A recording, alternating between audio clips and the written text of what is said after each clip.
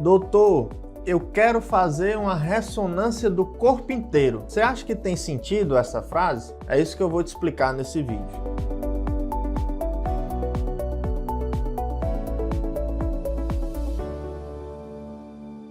É muito comum eu atender pacientes que querem saber se está tudo bem com eles. Às vezes tem sintomas, às vezes tem algum sinal de alguma doença, mas muitas vezes não estão sentindo nada, não estão percebendo nada de alterado no seu organismo. Eles querem, e isso é muito louvável, essencialmente saber se está tudo bem, essencialmente tentar detectar precocemente se existe alguma doença, alguma condição que precisa ser diagnosticada e tratada. Esse comportamento, essa atitude, ela é ótima. Ela é extremamente louvável. No entanto, o que eu muitas vezes percebo é que as pessoas colocam muita fé nos exames, principalmente se for o exame moderno que envolve muita tecnologia, como por exemplo uma ressonância. É por isso que eu falei para vocês, às vezes eu escuto isso: doutor, eu quero fazer uma ressonância do corpo todinho para saber se está tudo bem comigo. E o que eu quero mostrar para vocês, pessoal, nesse vídeo é que isso não tem muito sentido. Primeira coisa, os exames, eles são importantes? Eles são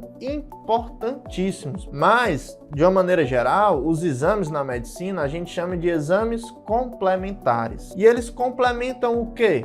Exatamente o raciocínio clínico diagnóstico. E este raciocínio clínico, ele se origina da conversa com o paciente, que é aquilo que a gente chama de anamnese. Do exame físico, que é o médico pegar no paciente, examiná-lo. Depois que a gente conversa com o paciente, depois que a gente examina o paciente, é que a gente tem uma hipótese, que a gente tem um raciocínio elaborado. E aí, a partir disso, é que eu vou pensar em quais exames seriam importantes, interessantes que o paciente fizesse dentro dessa circunstância. Existe, pessoal, uma diversidade enorme de exames. Os exames de sangue, o raio-x, a tomografia, a ressonância, o ultrassom, o eletro, os exames do coração, né, que é o eletrocardiograma, o ecocardiograma, o Holter 24 horas, que é aquele que vai essencialmente falar se o paciente tem uma arritmia ou não. Existe a densitometria. Existe, pessoal, uma diversidade enorme de exames, né? E qual é o melhor exame? Na verdade, pessoal, não tem o melhor exame. Tem o melhor exame, o exame, na verdade, mais recomendado para investigar uma determinada doença. Por exemplo, se conversando com o paciente, se examinando o paciente, eu suspeito que ele possa ter diabetes, não adianta eu colocá-lo para fazer uma ressonância.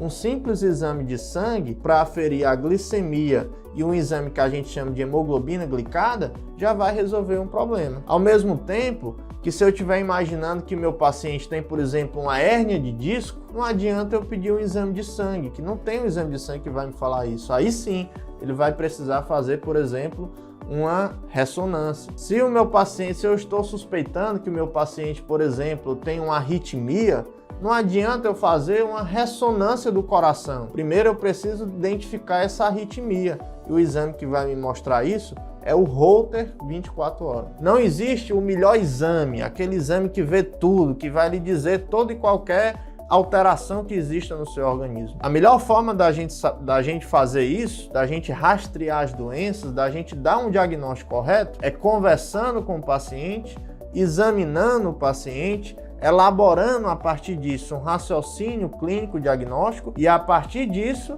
definir qual é a suspeita clínica e definir qual é o melhor exame para investigar essa suspeita. Eu acho que esse tema é um tema bastante interessante, porque é muito rotineiro, é muito comum, é muito do meu dia a dia os pacientes fazerem essa confusão em relação aos exames. Mas se você concorda, né, que este tema realmente é relevante, me ajuda a disseminar esse vídeo, né, encaminhando ele para o maior número de amigos, de familiares, a levar essa informação para mais e mais pessoas. Acompanhe o nosso canal, clica aí no botãozinho para passar a nos acompanhar. Tem aí um botãozinho também, ativa o sininho para que você passe a receber as notificações pelo YouTube, né, de quando a gente publicar novos vídeos. Um forte abraço para vocês, meus amigos, e tudo de bom.